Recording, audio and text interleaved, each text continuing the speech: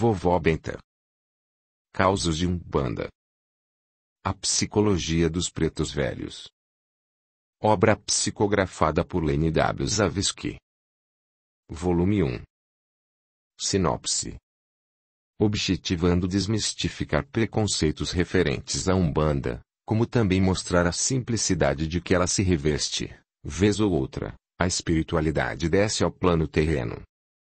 Vovó Benta nos relata em seus escritos casos corriqueiros de atendimentos realizados nos terreiros de Umbanda, deste Brasil afora. Traduzindo o alento que essas almas abnegadas nos trazem com sábios conselhos ou mandingas, sempre auxiliando na evolução dos filhos da terra. Ao mesmo tempo em que mostra a característica de diferentes locais, onde se pratica a Umbanda na sua diversidade, o espírito Vovó Benta retrata, nesta obra, que os seres humanos, independentemente de classe social, credo, ou sexo, sofrem as mesmas dificuldades, e que o remédio reside no íntimo de cada um. Nestes escritos, Vovó Benta procura mostrar que a psicologia dos pretos velhos está em ensinar a pescar, nunca em dar o peixe pronto. Sem soluções mágicas ou receitas prontas, eles procuram, por intermédio de seus sábios aconselhamentos, instigar a reforma íntima, condição primordial para a evolução de todos os seres pensantes do planeta.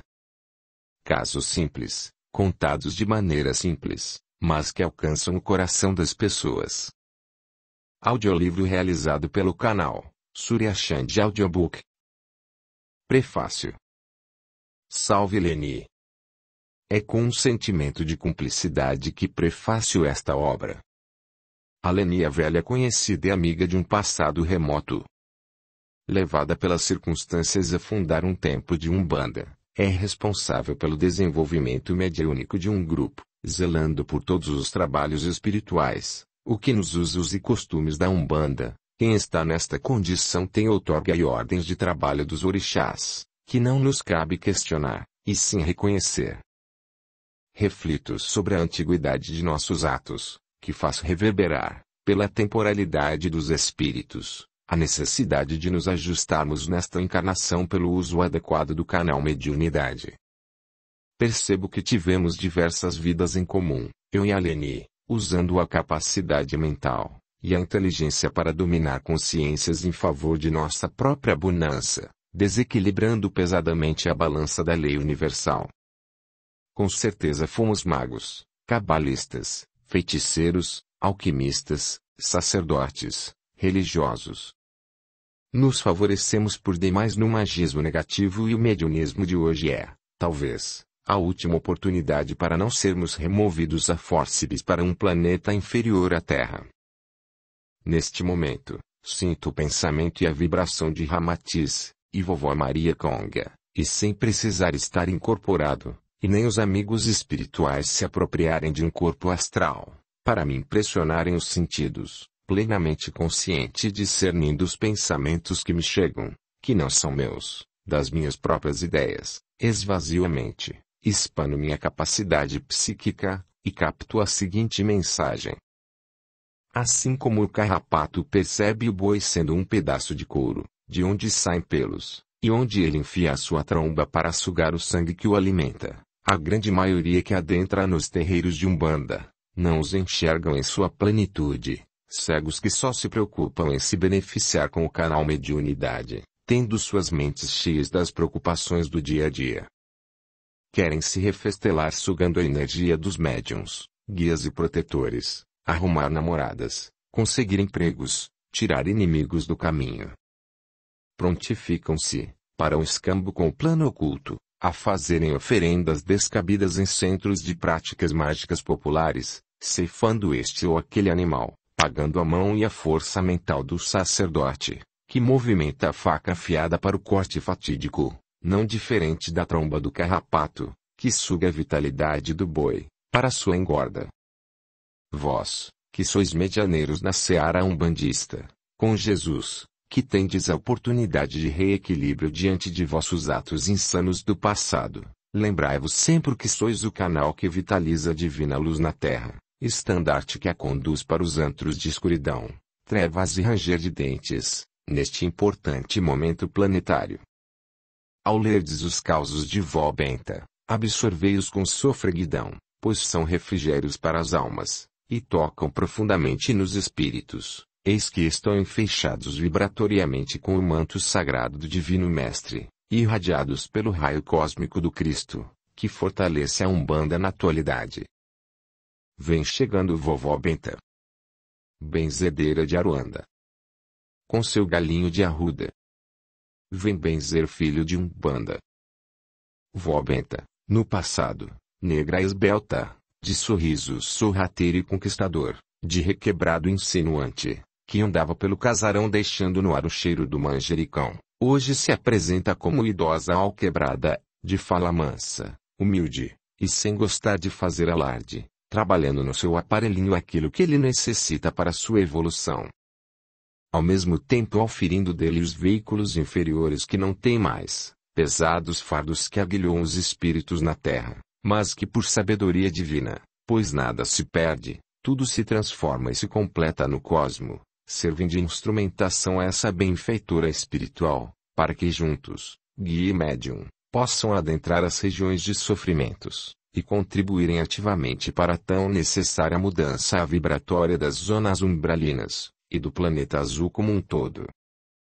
Diante dos dizeres do lado de lá, só me resta agradecer, como sempre faço, a oportunidade de servir. Um grande saravá a todos os leitores, e que a Aline nos brinde com outros livros através da psicografia. Porto Alegre, 12 de fevereiro de 2005. Norberto Peixoto. Apresentação. Atualmente, no mundo conturbado em que vivemos, o alento de uma conversa, de um aperto de mão ou de uma reza às vezes substitui um remédio na vida das pessoas. Vivemos num mundo moderno onde quase tudo é permitido e quase nada é compreendido, as pessoas têm pressa e, por isso, correm muito, sem, contudo, saber talvez para onde vão. Essas pessoas, em sua maioria, estão doentes, nem tanto fisicamente, mas emocionalmente. Carências afloram e, por vezes, destrambelham-se, ressonâncias são armazenadas nos porões do inconsciente e, por urgir a evolução dos espíritos terrenos, são acionadas por mecanismos desconhecidos pela ciência humana. Doenças modernas como depressão, síndrome do pânico, despertam a procura por qualquer coisa ou tudo. Esta é a receita comprada na farmácia que pode acalmar a somatização física, mas que não consegue curar o que está latente no íntimo das almas. E nesse incrível mundo moderno que os profissionais do psiquismo humano deveriam atuar com mais proveito, se conhecessem o espírito imortal ou admitissem sua existência, bem como das múltiplas existências carnais a que esse espírito está sujeito. Na falta desse entendimento, medicam os pretos velhos, almas que estiveram ou ainda estão na roda das reencarnações, com experiência nas atribulações da matéria, atuam como conhecedores do psiquismo humano, além de serem alquimistas adestrados no magismo. De maneira simplista, mas direta, os pretos velhos atendem a todos que os procuram quando estão incorporados em seus médiuns, seja no terreiro de Umbanda ou em qualquer templo onde se dê abertura à descida dessa energia. Ensinando chazinhos, benzeduras, rezas ou simplesmente aconselhando, atuam na caridade seja a quem for, instigando a mudança interior de cada filho, sem a pretensão de dar receita pronta. Doutores ou analfabetos, quando diante de um preto velho, percebem que são tão somente filhos do mesmo Deus. Ser medianeiro desses espíritos deixa de ser resgate, passa a ser privilégio. É assim que nos sentimos, privilegiados ao poder repassar aquilo que a preta velha vovó Benta, um sobrescrito amada protetora, nos ensina. As páginas a seguir estão longe de ser uma obra literária. O que escrevemos são conselhos simples, mas sábios, e cujos méritos são todos de vovó Benta. A nós ficam os erros de escrita e as deficiências em captar a mensagem pela limitação em que ainda nos encontramos. Salve os pretos velhos. Erechim, Rio Grande do Sul, janeiro de 2006. Leni W. Saviski. Palavras de vovó Benta. Pata negra velha, arqueada pelos percalços da caminhada, assim como todos vocês que se escondem dentro da carcaça física, já errou muito. Deus Pai magnânimo dá a todos diversas oportunidades, mas nem sempre sabemos usá-las adequadamente. Em épocas remotas, esta negra afundou-se numa das ilusões, quando lhe foi oportunizado subir um degrau na escala evolutiva pelo aprendizado da manipulação dos elementos. As mãos escureceram a magia e, com elas, a negra velha levou a dor. Foi preciso muita chicotada dos feitores da vida para reaprender que no universo tudo reage de acordo com nossa ação. Depois de admitir os erros e retornar obediência às leis maiores, tornamo-nos mais maduros, pois queremos crer que o homem erra mais por ignorância que por maldade. A maturidade mostrou à negra, no caminho de volta, que havia um mal a ser corrigido e que essa tarefa pertencia exclusivamente a ela. Deus colocou então uma encarnação, entre outras, incluindo nelas uma na escravidão negra, em que a orfandade levou a um lar de freiras católicas, amorosas almas que, sem parir de seus ventres, eram verdadeiras mães recebendo os filhos do mundo para criar, fazendo isso dando não só o pão para o sustento do corpo, mas também e sobretudo o maior alimento, que é o do espírito. Com elas foi possível aprender sobre o amor infindável e inigualável do Pai, descrito por nosso Senhor Jesus Cristo, que elas passavam quando contavam as historinhas infantis.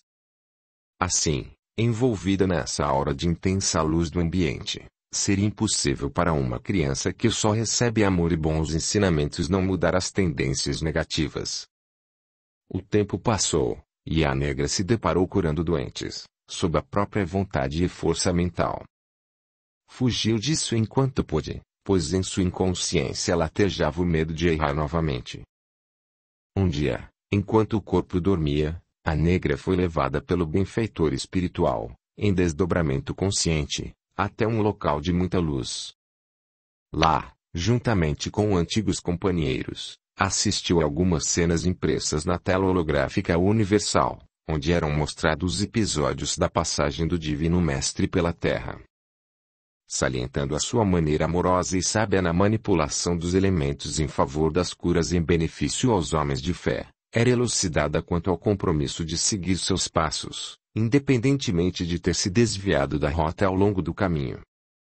Desse dia em diante, a negra se comprometeu com ela mesma e com o Criador usar a magia somente para o benefício da humanidade e para servir ensinando. Escolheu a roupagem de preta velha, imprimindo na transfiguração astral um pouco de cada encarnação onde obteve os maiores aprendizados, por entender que dentro dessa vibratória a caridade alcança maior abrangência. Não importa a questão hierárquica ou a identificação de a qual escola ou fraternidade ela se liga hoje no astral. Importa assim a identificação como espírito necessitado de evolução e, para tanto, que busca o trabalho redentor da caridade como o caminho. Assim, seja assentada no toco do terreiro fazendo as benzeduras, para tanto arqueando o instrumento, seja exercendo a capacidade intelectual de ditar causos na modernidade da informática, é vontade da preta velha auxiliar os irmãos de caminhada e ela precisa disso. O nome adotado não impressiona, pois não é esse o sentido. O linguajar não é aprumado, pois o que importa é a essência da mensagem e o alcance que ela pode ter, não nos ouvidos dos filhos, mas em seus corações. Que o Supremo Criador nos ampare a todos. Salve os sagrados orixás. Saravá os filhos de meu coração. Vovó Benta. Pretos velhos, ou pais velhos. São assim chamados os espíritos que trabalham na Umbanda, pela vibratória de Eurimá. Também chamada vibração dos anciões, atua no chakra básico que se localiza no final da coluna vertebral. Por esse motivo, na mecânica de incorporação, os aparelhos se curvam, parecendo velhos. Esse chakra, uma vez ativado, provoca no aparelho uma lassidão que se exterioriza em voz pausada, cansada. A vestimenta astral de preto velho independe da origem ancestral do espírito, e, dentro dessa linha, Encontram-se desde o antigo negro escravo até renomados homens da ciência que viveram e trabalharam na crosta terrestre. São exímios manipuladores das energias, verdadeiros magos brancos, cuja característica de manifestação são os conselhos, priorizando sempre a reforma íntima dos seres. Geralmente gostam de trabalhar manipulando os elementos, por isso usam cachimbo ou cigarro de palha, vela acesa, galho verde e outros apetrechos, plenamente dispensáveis quando assim o querem, uma vez que sabem usar com destreza a energia mental. Caso 1. Dona Lilica, a benzedeira. Ao nascer, sua mãe jurava que ela não vingaria. Menina frágil, apática, aos 10 anos mais parecia ter 7. Quieta, calma, vivia a cantarolar e gostava de rezar. Era comum vê-la sentada debaixo da goiabeira, nos fundos da casinha humilde onde morava, falando sozinha. Certo dia, Dona Maricota a surpreendeu benzendo uma galinha que fora jogada no valo para morrer porque estava adoentada. A menina tinha um galho de arruda nas mãos. Dona Maricota xingou-a, mas ela, sorrindo, falou: Manhã, amanhã a Chiquinha vai botar ovo. Dito e feito. Apesar da tempestade que durara toda a noite, pela manhã a galinha aninhou-se e botou um ovo. Com a idade lhe enrugando a face sem importar-se em construir família, Lilica viu seu pai, sua mãe e 2 irmãos partirem desta vida. Benzedeira afamada, acomodou-se num rancho que se deteriorava e, acostumada com companhias que só ela enxergava, fazia de seu dia um eterno servir. Filas às vezes deformavam, e ela, sempre a sorrir, tinha um chazinho, uma beberagem, uma reza para todos. No raras vezes as mães saíam da missa de batizado de senis rebentos e não voltavam para casa sem antes passar pela casa de Dona Lilica para pegar o benzimento das brasas que tirava mal olhado e quebranto. Até animais ela benzia, e eles se curavam. Buscavam-na para benzer casa, galpão, roca. Nota: mal-olhado. Consequência da projeção do raio vermelho de natureza primária e penetrante, o qual resulta principalmente do acúmulo de fluidos nocivos em torno da região ocular de certas criaturas. E uma condensação mórbida que se acentua na área da visão perispiritual, produzindo uma carga tão aniquilante, ou ofensiva conforme o potencial e o tempo de fluidos enfermiços acumulados. Mesmo em noites de geada, ela acendia seu lampião a querosene e saía à procura de ervas para a mãezinha que entrava em trabalho de parto. Sem contar as noites em claro a segurar a mão do agonizante que temia a morte, mas que adquiria forças com Dona Lilica ao seu lado. Mãe de ninguém, pois filhos não tivera, seu coração adotou a vila, a cidade e a roca. Famílias beneficiadas levavam seu nome e suas simpatias para além das fronteiras de seu vilarejo. A idade, no entanto, não a poupou, e, sendo ela avisada pela imagem com que estava acostumada a conviver e que julgava ser de Nossa Senhora que sua hora havia chegado, sorriu e disse: Desde que para onde curva tem um pé de erva verde, uma fonte de água e a tua imagem, minha Santa Mãe, pode me levar contigo. Após dias sem encontrar Dona Lilica em casa, os vizinhos resolveram arrombar a porta, e foi grande susto ao achar seu corpo dormindo tranquilo, já sem vida. Havia poucas pessoas no velório, um monte de terras sobre o corpo e algumas flores da beira da estrada sobretudo, foi o que restou de Dona Lilica aqui na terra. Nem missa mandaram rezar, pois isso implicaria pagar, e ela não deixará bens. Do lado espiritual, Dona Lilica acordou sentindo-se jovem naquele dia. Havia sol, e tudo era mais bonito. Abriu a janela e, orando aos céus, pediu ao Pai para que não permitisse que ela fosse ali proibida de benzer. Fechou os olhos e viu-se transportar para um lugar que mais parecia um hospital, onde a dor, o gemido e o mau cheiro imperavam. Perto do portão havia um pé de perfumada erva e, aos pés da Virgem, uma fonte de água. Nota: mal olhado. consequência da projeção do raio vermelho de natureza primária e penetrante, o qual resulta principalmente do acúmulo de fluidos nocivos em torno da região ocular de certas criaturas. E uma condensação mórbida, que se acentua na área da visão perispiritual, produzindo uma carga tão aniquilante ou ofensiva conforme o potencial e o tempo de fluidos enfermiços acumulados. Ramatiz. Magia de redenção. Psicografia de Hercílio Mães. Limeira. Cristalina, uma luz reacendeu a vida em seu olhar, e Dona Lilica sabia o serviço a fazer. Levando suas rezas de leito em leito, iluminada pela sabedoria da bondade, ela aliviou naquele local as dores de muitos, por longos anos. Em seu túmulo, flores renasciam a cada dia, e, em seu casebre, há quem diga ver a imagem da Virgem regando as ervas que crescem a olhos vistos. Procissão de gente humilde se faz para rezar e pedir milagres para a alma de Dona Lilica, que durante o dia socorre no plano espiritual e, à noite, desce para atender aos pedidos de benzimento para as crianças, as casas, os doentes, os animais e as rocas. Na humildade, na simplicidade e na doação está o verdadeiro milagre. Na fé, na esperança e no amor está a luz que traz à terra os espíritos iluminados que realizam em nós os milagres que Deus nos permite receber. Nota: os lugares onde sepultam criaturas de elevada estirpe espiritual, ficam impregnados de uma aura vitalizante ou energismo terapêutico, capaz de curar certos doentes mais sensíveis. Ramatiz. Elucidações do além. Psicografia de Hercílio. Hoje, Dona Lilica, com um galho de erva cheirosa na orelha, abençoa-vos em nome do Pai, do Filho e da vossa fé. Amém. Nota da médium. Esta história foi recebida em 1996, em mesa kardecista, durante o Evangelho de domingo, e foi a primeira manifestação da protetora, que mais tarde se apresentou como a preta velha vovó Benta. Causo 2. A essência em detrimento das formas.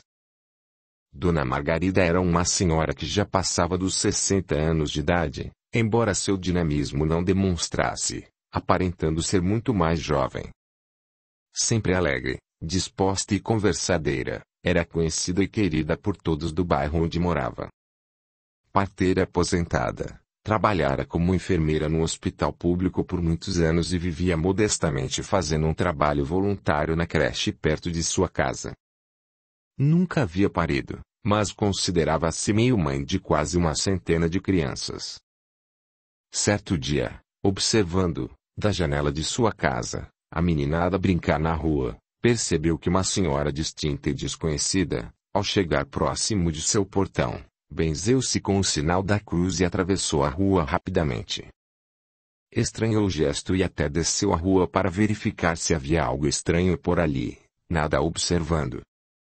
Curiosa, perguntou a um dos meninos se conhecia aquela senhora, e foi informada de que se tratava de moradora nova do bairro. Ainda segundo o menino, soube que era uma carola da igreja.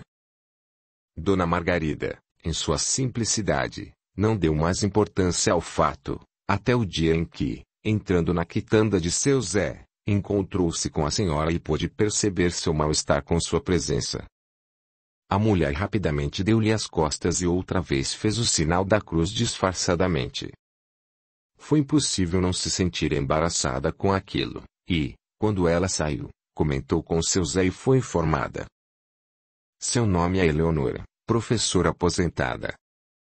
Hoje ela se dedica em tempo integral à Igreja Católica, coordenando vários setores dos trabalhos prestados nas capelas.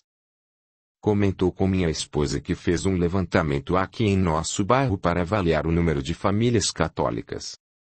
Vai cadastrar todas e lazer apelo para que compareçam à missa todos os domingos, além de pedir que se desvinculem das visitações ao centro de Umbanda a que estão acostumados, pois, segundo ela, é prática primitiva e perdição dos cristãos. Estava explicado. Dona Margarida era a dirigente do terceiro de Umbanda onde as pessoas buscavam ajuda, não importando a religião que seguiam. Um misto de tristeza e pena foi o que passou pelo coração de Dona Margarida, mas, como não sabia guardar mágoas, logo esqueceu. Em tantas outras ocasiões aconteceram encontros inevitáveis entre Eleonora e pessoas que moravam perto de Dona Margarida. Voltava a se repetir o mesmo embaraço. Muitos comentários chegavam até os ouvidos de Dona Margarida sobre os sermões dominicais. Quando o tema Umbanda era abordado, os fiéis eram alertados sobre o perigo daquela prática, segundo eles, demoníaca. Dona Margarida também soube que a senhora católica havia passado para os moradores do bairro um abaixo-assinado que ela apresentaria posteriormente à prefeitura municipal, pedindo o fechamento do centro de Umbanda, alegando que o som dos atabaques e a cantoria da tarde e da noite incomodavam os vizinhos, além de alegar que os frequentes despachos nas esquinas eram um perigo iminente à população, ocasionado pelos umbandistas. Querendo ou não, Dona Margarida estava se abatendo com todos os rumores, afinal, sempre vivera assim em paz naquele lugar, independentemente do credo religioso, da cor da pele ou da condição socioeconômica dos moradores. Por isso, naquela noite, após o atendimento ao público no terreiro, vovó Catarina, a preta velha protetora de Dona Margarida, reuniu a corrente de médiuns e se manifestou. Saravá aos filhos de fé. A preta velha e os outros manos que aqui vêm prestar a caridade estão observando que os filhos andam preocupados com os acontecimentos. Embora não estejamos mais na época da escravidão negra, ainda as sombras insistem em escurecer o coração de algumas criaturas que são instigadas a escravizar outras, segundo sua vontade e seu poder. Enquanto existir a ignorância em lugar da busca do conhecimento, enquanto o egoísmo ocupar o lugar destinado ao amor no coração das pessoas, existirão portas abertas por onde as trevas se infiltram para desarmonizar o mundo. Os escravos, para exercer seu culto aos orixás, precisaram enganar os senhores com o sincretismo. Hoje existe a liberdade de crença, de culto, mas existem as leis dos homens, que precisam e devem ser respeitadas. Por isso, esta preta velha vem pedir aos filhos que respeitem a lei do silêncio e retirem os atabaques do terreiro. O pedido da preta velha caiu como algo fúnebre sobre a corrente, levando alguns a argumentar. Minha mãe, com todo o respeito, nosso trabalho vai ficar descaracterizado. O filho sabe que não é o som dos atabaques que deixa a caridade que aqui é prestada mais ou menos eficiente ou agradável aos olhos do grande pai Zambi. Da mesma forma que a altura com que são cantados os pontos não interfere na qualidade do trabalho efetuado, mas sim e apenas o amor e a dedicação que os filhos derramam de seus corações. São apenas costumes que podem ser mudados, e, seus olhos do mundo lá fora é isso que incomoda, de nada custa cortar os galhos, se são eles que incomodam a janela do vizinho, antes de ter que sacrificar a árvore inteira. Eles estão sendo injustos conosco, minha mãe. Acusaram-nos de efetuar despachos nas esquinas, e a senhora sabe que isso não faz parte de nosso culto. O filho referiu-se ao termo certo. Injustiça. Se nada devem, nada temam. O tempo se encarrega de mostrar a verdade. Por isso os manos da espiritualidade que baixam suas vibrações para virem até o terreiro aqui na crosta prestar a caridade, insistem seguidamente com a corrente para que estudem e se atualizem, evitando falsas crenças, procurando fazer da amada Umbanda uma banda só, evitando muitos ritos inúteis e misturas confundíveis e desnecessárias. É preciso que todos os umbandistas procurem entender que a magia é mental ou que os materiais usados apenas catalisam as energias, sendo necessários somente enquanto as mentes acostumadas ao fenômeno físico ainda não estiverem adestradas. Que se deixe de confundir oferendas que não têm nada de ofensivo às pessoas, nem ao sítio sagrado da natureza, com os despachos que causam mal-estar aos transeuntes de vossas cidades e que deixam espalhados materiais perigosos como vidros quebrados, além da exposição de animais em decomposição, quando não, de bonecos alfinetados, nada agradáveis aos sentidos da visão e do olfato. Por que então não substituir o tão agradável som dos atabaques pelo som de uma leitura instrutiva e evangelizadora nos consulentes e a corrente mediúnica? Quem sabe é hora de os filhos pensarem na formação de uma escolinha aos pequenos, ensinando-lhes sobre a realidade da Umbanda, renascida em solo brasileiro, mas de origem ancestral, de maneira a esclarecer os espíritos desde cedo e, assim, desmistificar a visão distorcida desse culto sagrado.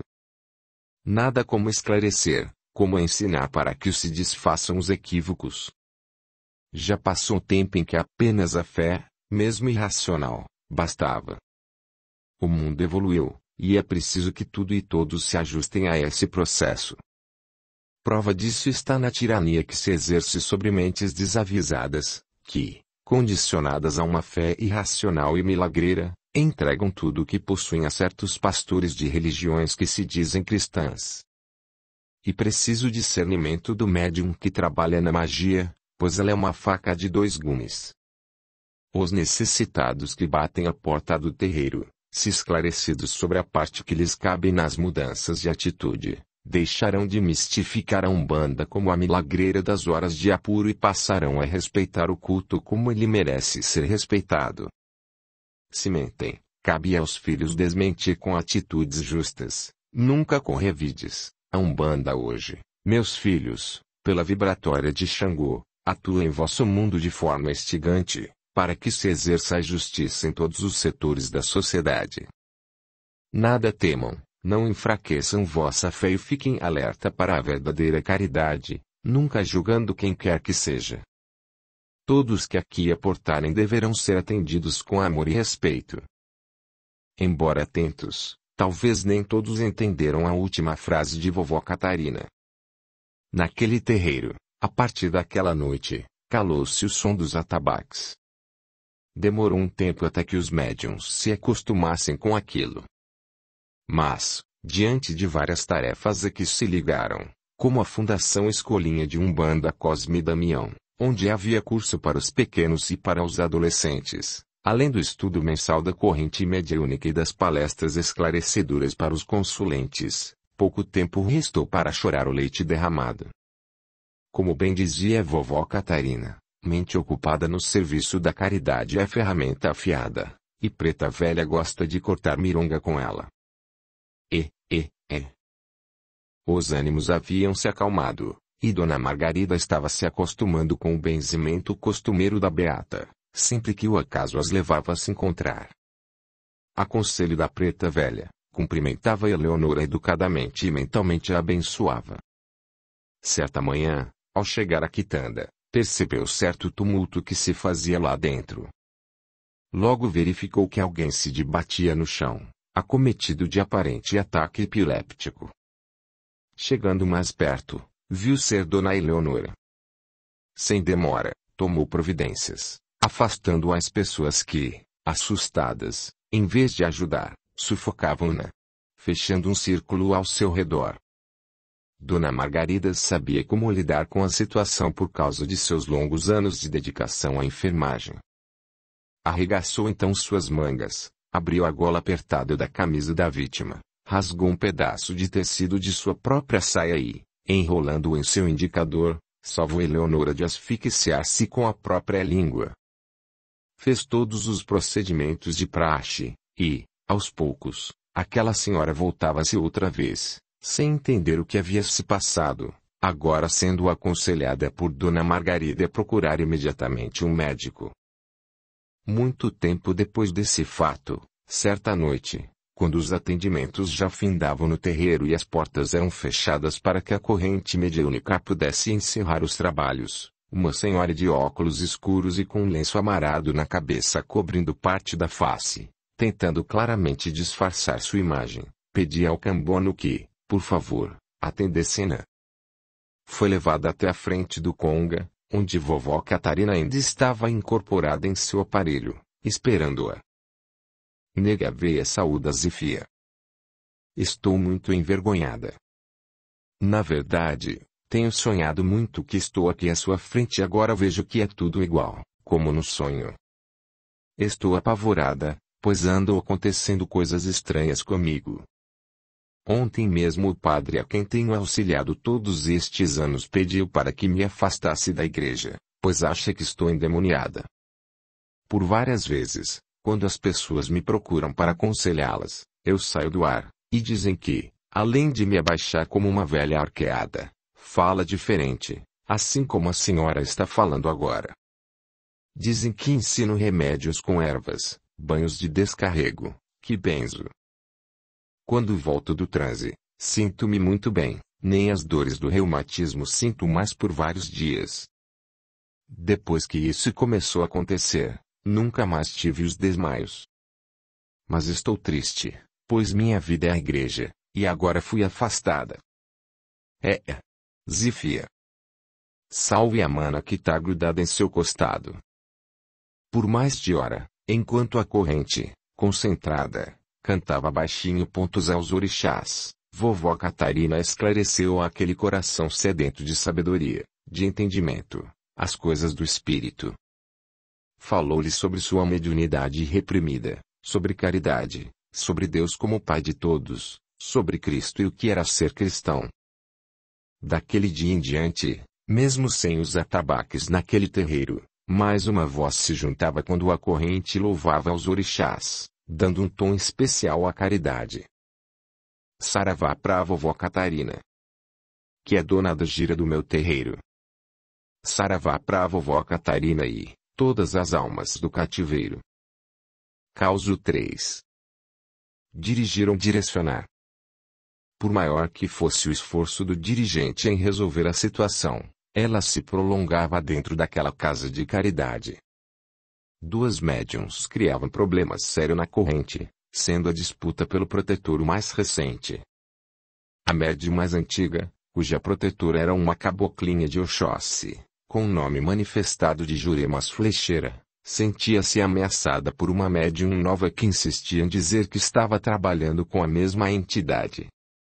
A discussão havia se acalorado de tal forma que gerou ofensas entre elas, obrigando o dirigente a tomar uma atitude drástica. Ele pediu para que elas que se afastassem da corrente por 30 dias, para que pudessem refletir sobre o ocorrido. Nesse tempo de afastamento, durante uma gira de Preto Velho, o dirigente foi chamado a conversar com o pai Joaquim, incorporado no médium mais idoso da casa. Nego véia pede vossa permissão para fazer o falado. E salve, meu pai. Como é que os filhos da terra aprendem a falar quando pequenos? Mesmo estranhando a pergunta, ele respondeu meio tímido. Com os ensinamentos dos pais. Certo, filho. Porém, se caso os pais forem mudos ou falarem cada qual uma língua diferente, não acha que isso vai dificultar o ensinamento do pequeno aprendiz? Com certeza, meu pai. Nego velho está querendo dizer para o filho que sempre há de ter alguém que ensine para que haja o aprendizado do outro. O filho, como dirigente responsável deste terreiro, está incomodado com aquelas filhas que foram afastadas da corrente, não está? Estou, mas estou ciente de que cumpri meu dever. Dever. Pois é isso, filho, o dever de corrigir vem depois de dever de ensinar. A frase dita por pai Joaquim, com a mansidão que lhe era peculiar, fez com que algo estremecesse em seu íntimo. Abaixou a cabeça e ficou pensativo, enquanto o bondoso Preto Velho baforava seu cachimbo e batia o pé ao som da curimba. O filho, bem como o meu aparelho, que é antigo nessa lida, sabe que há muito tempo eu e os manos deste lado da vida insinuamos, sem posição de nossa parte, para que ensinamentos valiosos retidos como mistérios sagrados e em poder de pouco se abram à corrente mediúnica. Se aquelas duas médiums tivessem sido esclarecidas sobre suas protetoras, se soubessem que não se trata da mesma entidade, mas de entidades que pertencem à mesma falange, maiores transtornos teriam sido evitados. Com isso, Preto Velho não quer jogar a culpa sobre o filho, pois a que imperou nesse caso foi a vaidade e o orgulho delas, mas quer mostrar a simplicidade com que esse fato poderia ter sido resolvido. Meu pai, em todo o tempo que trabalho na Umbanda, Ensinamentos iniciais dos médiuns sempre foram repassados por entidades espirituais. Por isso houve tanta distorção, pois, sem um discernimento anímico tão importante, aceita-se o que vem, sem recorrer à razão. Os médiuns iniciantes, mesmo com boa vontade e muito humor, sempre se sentem inseguros. E porque a Umbanda tem uma diversidade grande de entidades e de ritos, acentua-se essa dificuldade de discernimento ou de reconhecimento das incorporações ou irradiações. São como crianças aprendendo a falar, precisam de orientação, de afirmação. Largar essa responsabilidade às entidades espirituais pode tornar-se perigoso, porque, na desarmonia, o médium abaixa sua guarda e, sendo o canal aberto, sem esclarecimento, pode se deixar enganar. Desse lado da vida também existem impostores. Esse engano de que me fala não acontece necessariamente só com os médiums iniciantes. Pode ocorrer com os mais velhos. Por exemplo, quem me garante que, aqui, agora, é realmente Pai Joaquim quem se manifesta?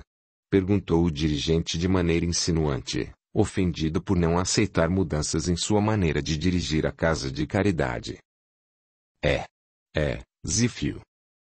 Ninguém pode garantir, ninguém mesmo. Só seu coração. E, despedindo-se, o preto velho bateu a cabeça no congá e largou o seu aparelho, deixando o dirigente vermelho de raiva. Foi com sentimento de revolta que ele deitou a cabeça no travesseiro naquela noite. Nunca, em todo o tempo que dirigira aquela casa de caridade, ninguém o havia contrariado em suas ordens. E agora seria um preto velho mesmo. Não estaria aquele médium tentando confrontar sua autoridade? Nem orar conseguiu, e, assim que adormeceu, viu Pai Joaquim, em corpo astral, ao lado de sua cama, sorrindo e convidando-o a seguir com ele. Um tanto temeroso, aceitou a mão amiga do preto velho, e rumaram por uma estrada que os levou ao topo de um penhasco. Lá, sob névoa, havia escuridão e gritos de desespero. Foi inevitável um questionamento do dirigente, ao que Pai Joaquim respondeu prontamente. Filho, lá embaixo, almas sofredoras agonizam por não terem aproveitado a encarnação como bendita escola. Negaram seu aprendizado, negaram seu ensinamento, e, ao desencarnar, suas energias os conduziram a este vale, o dos orgulhosos. São professores relapsos, advogados exploradores, profissionais de todas as áreas que usaram mal suas ferramentas. Agonizam também todos aqueles que mantinham cargos de poder, devendo, por sua função, direcionar passos, mas que, por orgulho, monopolizaram e morreram com o cetro nas mãos. Nosso dever de espíritos, seja na carne ou fora dela, exercendo a mediunidade, é socorrer a todos eles, respeitando seu livre-arbítrio. Porém, socorrer implica esclarecer, mostrar o caminho certo, dizendo a importância de se mudar de atitudes. E eu lhe pergunto: como fazer isso sem que sejamos exemplo? Quando se viu deitado novamente, além da pergunta que fica retumbando em sua cabeça, ele não conseguia se esquecer do facho de luz em que se transformou a figura de Pai Joaquim assim que o deixou no leito, sumindo no espaço. Como ensinar coisas que ainda não havia aprendido? Pensava. No outro dia, ele foi procurado por uma das médiuns que ele havia afastado da corrente, para ser informado de que ela se desligava da casa de caridade. Após o ocorrido, ela foi buscar conhecimento e passou a frequentar um curso sobre mediunidade e umbanda, oferecido por outra casa. Pedia desculpas ao dirigente pelo transtorno, dizendo-se feliz por ter sido esclarecido sobre os fatos. Logo depois, viu-se que aquele dirigente era o mais novo aluno do curso. Vencer o orgulho, o resto do aprendizado seria muito fácil. E, em sequência, viria o ensinamento, que seria a ordem do dia, para a alegria dos trabalhadores espirituais daquela seara. Gratidão imensa a todos os membros do canal, que Deus lhes dê muito mais. E a você, que comenta, compartilha, e deixe o seu gostei. O seu apoio é o meu maior incentivo, ajuda o canal a crescer, e faz com que estes vídeos cheguem a mais pessoas. A gratidão é o caminho da evolução. Causo 4. A vida é uma dádiva. Na manifestação vibratória de Yorimá, a humildade é a característica principal. Como pais velhos ou vovós, os espíritos trazem a simplicidade de uma manifestação alegre, com uma psicologia própria e adequada a todos. Não importa o nível social ou cultural de quem os procura, todos cedem ao magnetismo que os envolvem e que tão bem transmitem ao médium incorporado. Naquela noite, aconteceria mais uma gira de preto velho na tenda de Umbanda. Todos os preparativos do lado material não expressavam sequer uma amostra de tudo o que acontecia no plano astral, no mesmo espaço. O congá, iluminado por velas e adornado por um vaso de flores, no plano espiritual demonstrava esplendorosa e indescritível beleza, um verdadeiro centro de luz o envolvia, de onde faiscavam símbolos mágicos no ar. Esse centro de luz, em sua parte posterior, captava ondas magnéticas coloridas e sonoras. Na parte central, a energia mineral das pedras, representando os 7 orixás aos pés da figura de Jesus, transmutavam as energias dos atendimentos com a usina de reciclagem, agindo de maneira complexa ao entendimento físico. Depois disso, as energias eram direcionadas para a parte inferior, dispersando-se com a absorção de um sugador energético que as devolveria à natureza. No plano astral, o reflexo da luz no ambiente era de tamanha intensidade que ofuscava a visão de muitos espíritos necessitados que se aglomeravam ao redor dos encarnados, acostumados que estavam às penumbras umbralinas.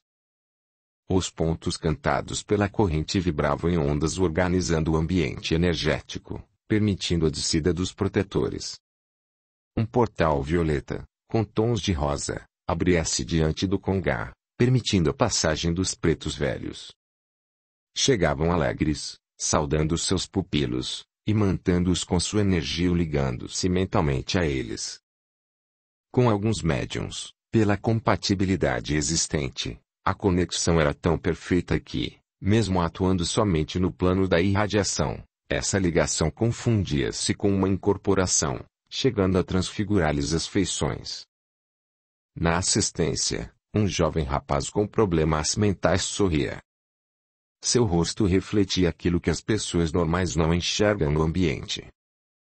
Poucas palavras ele conseguia articular, mas a som que emitia expressava uma alegria muito grande. Sem esperar que o conduzissem, ele se levantou ansioso pelo atendimento, e, na menção de impedi-lo, a mãe foi barrada pelo campono. De longe, a mãe apertava as mãos apreensiva. Como ele se faria entender pelo preto velho, se mal pronunciava algumas palavras. Negro Ambrósio veio visitar Zifio. E foi cantarolando o lamento de preto velho que Negro Ambrósio disfarçou o diálogo mental travado com aquele espírito, cuja limitação restringia-se ao corpo físico. Audiolivro realizado pelo canal Surya Chand Audiobook. Meu amigo e irmão, expressava mentalmente o rapaz ao preto velho. Que bom estar aqui, onde consigo sentir paz. Está muito difícil cumprir o tempo que me resta, mesmo sabendo que a escolha foi minha. Nós sabemos disso, companheiro, mas ainda é preciso que se cumpra a tarefa. O tempo que resta dela é pequeno, e voltaremos depois a rever o processo. Mais difícil do que idiotia seria a não aceitação de seus pais. Com a graça de Deus, eles te acolheram com amor e desmembram sem cuidados especiais para com você, esquecendo-se deles próprios. O sentimento de carinho que lhe dispensam é o remédio de que carecia seu mental viciado e agonizante por essa oportunidade. Depois de tantas rejeições, em tantos outros ventres de mães que lhe deviam essa oportunidade, foi justamente por intermédio de alguém que nada tinha de comprometimento com seu espírito que você pode descer a carne. Segurando firme nas mãos do rapaz, encostou sua testa na dele, e, naquele momento, num lampejo, reviveram o passado de desvarios em que aqueles dois espíritos haviam escurecido a magia com suas mentes desequilibradas. O tempo, mensageiro de Deus, oportunizou a ambos muitas vivências de reajuste doloroso, algumas proveitosas, outras nem tanto. Para o espírito que agora trabalhava na caridade como Negro Ambrósio, a reencarnação ainda seria necessária. Por isso, mesmo do outro lado da vida, a sua opção era trabalhar com os encarnados e, assim, lapidar seu espírito. Na Umbanda, que é pura magia, testava todas as más tendências que pudessem ainda existir no mais profundo dos porões de sua inconsciência. Para o rapaz encarnado, encarcerado em um escafandro de carne, a idiotia era o freio que seu espírito ainda exigia. Limitado no pensar, limitado no fazer, só a sua volta ao mundo espiritual poderia dar a ele os parâmetros do aproveitamento daquela encarnação, mas apenas o fato de estar vivendo envolvido no sentimento de amor e aceitação dos familiares o ajudaria bastante a conquistar a vitória. No final dos atendimentos, quando a assistência esvaziara, autorizado pelo guia-chefe daquela tenda, Negro Ambrósio se manifestou a corrente mediúnica para deixar a mensagem da noite. Saravá aos filhos, irmãos amados por Cristo Jesus. Foi tropeçando e sofrendo as reações de nossas ações que aprendemos, ao longo dos tempos, a discernir o certo do errado. Pena que nessa caminhada alguns espíritos ainda relutem em buscar o aprendizado e aceitar as leis imutáveis. O mundo espiritual aguarda o dia em que os homens possam aliar a ciência ao sagrado, para que a vida terrena passe a ter outra conotação. Há que se entender que a perfeição física é almejada pelo ser humano fruto de um aperfeiçoamento interno, lento e individual. A oportunidade de alguém nascer limitado, mesmo que seja considerado um estado de aberração aos olhos humanos, é disputado o troféu conquistado pelo espírito para a recuperação do corpo astral e da harmonia do corpo mental, maculados no pretérito. A vida na carne é momento de reconstrução, de aprendizado, e benditos são os ventres que acolhem os espíritos com tais deficiências. Porém hoje a medicina, em exames realizados no feto ainda com poucas semanas de gestação, possibilita detectar possíveis deficiências físicas, induzindo, por vezes, a uma interrupção da gravidez.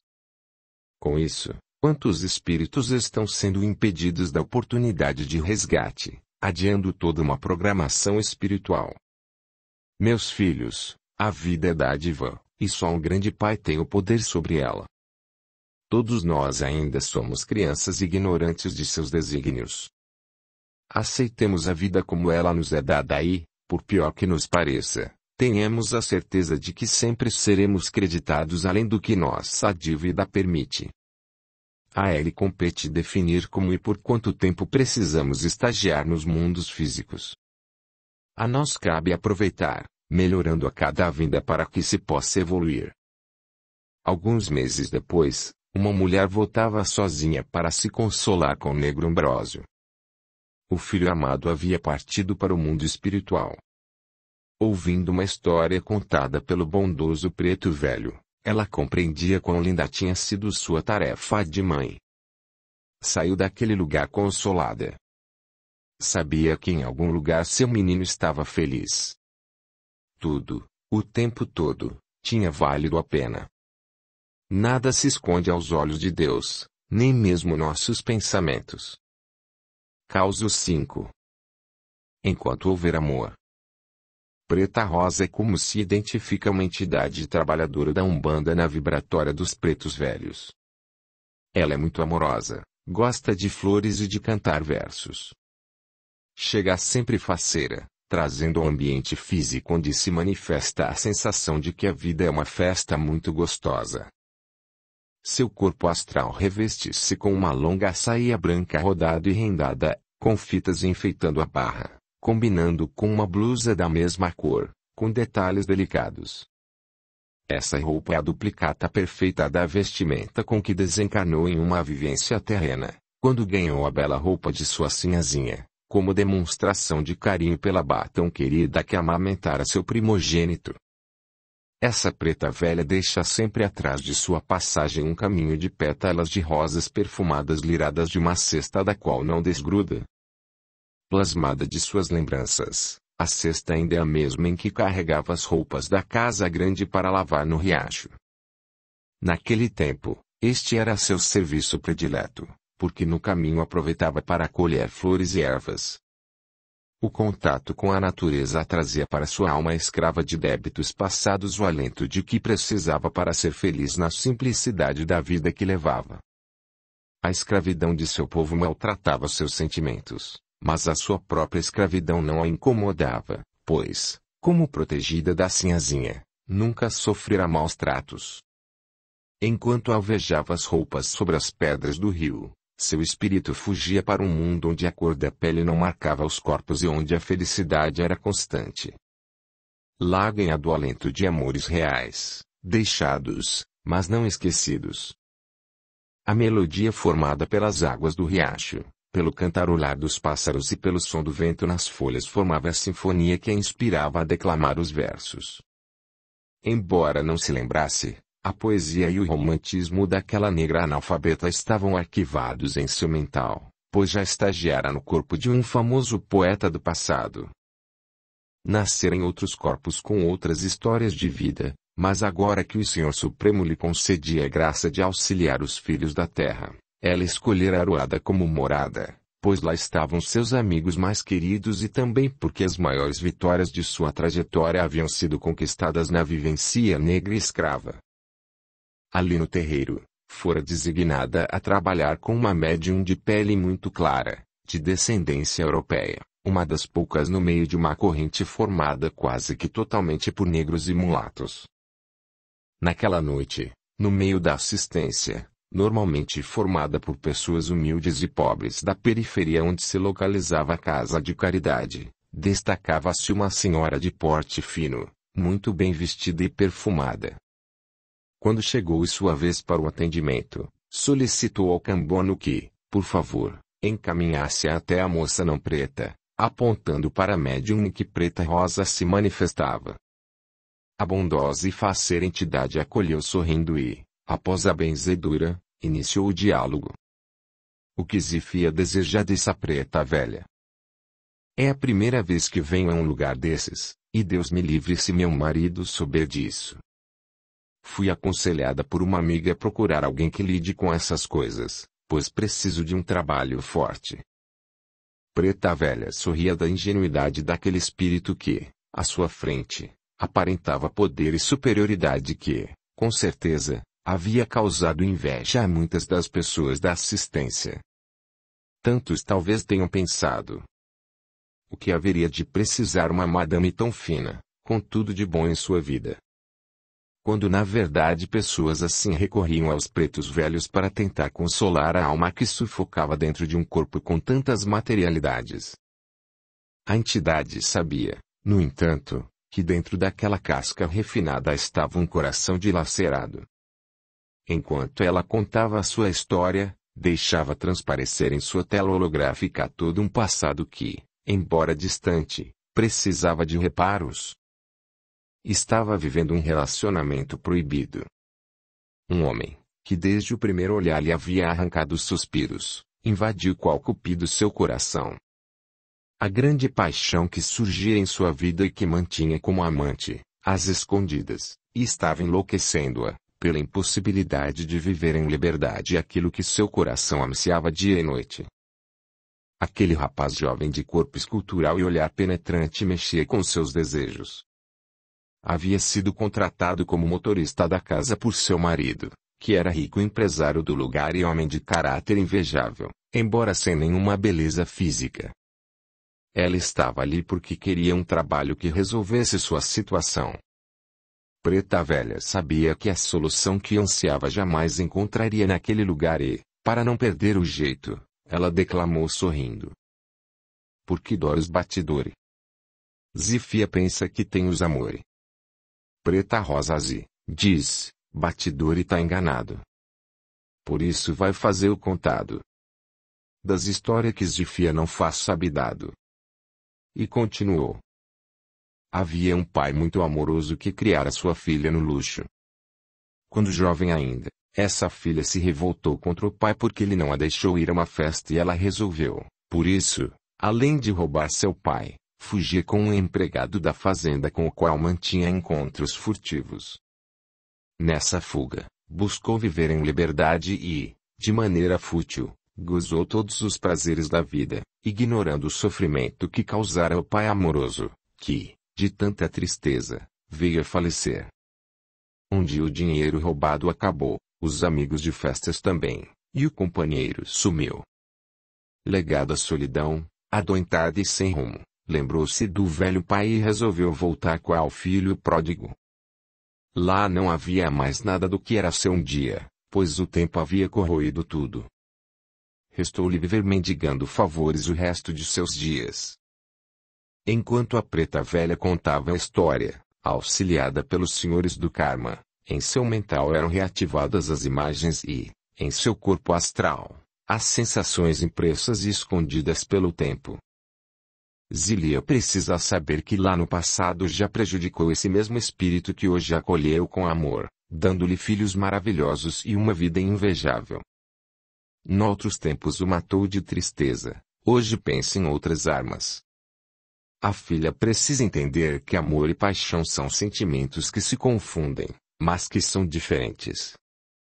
A paixão é fogo que quanto mais proibido mais incendeia e que, como fogo na palha, é breve e logo apaga.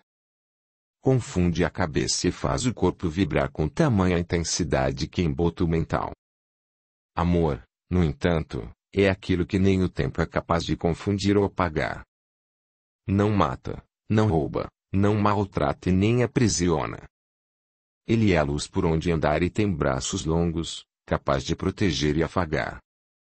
É cego a tudo que exterioriza, mas tem olhos que veem a alma, a essência.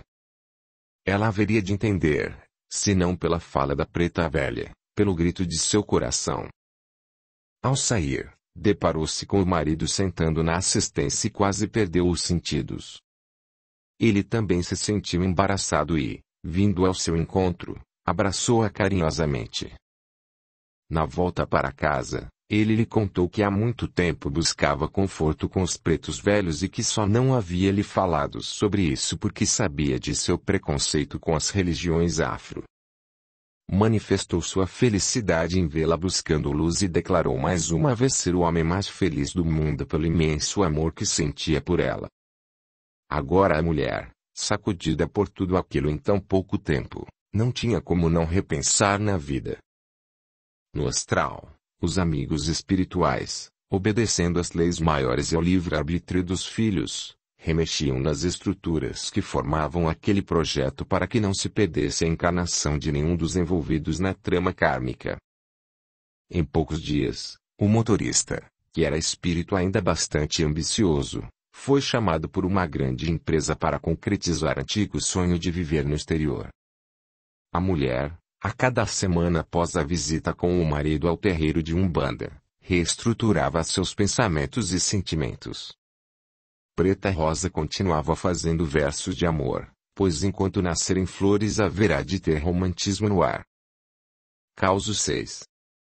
Nem início, nem fim, apenas um meio. Estupefata diante de toda a corrente, a dirigente daquele templo anunciava que seus últimos exames médicos revelaram um nódulo cancerígeno em sua garganta. Fazia bastante tempo que vinha sentindo dores e até dificuldade de falar e engolir, mas protelava a visita ao médico talvez porque sua intuição antecipasse o resultado. Provavelmente aquela seria a última vez que estaria na frente daquela corrente como dirigente, pois, mesmo que sobrevivesse à doença, ficaria sem voz. De imediato, após a cirurgia, iniciaram-se as sessões de quimioterapia, o que consumia, dia após dia, sua energia vital. Durante esse tempo, a corrente mediúnica reunia-se diariamente para vibrar em favor da querida Babalorixá.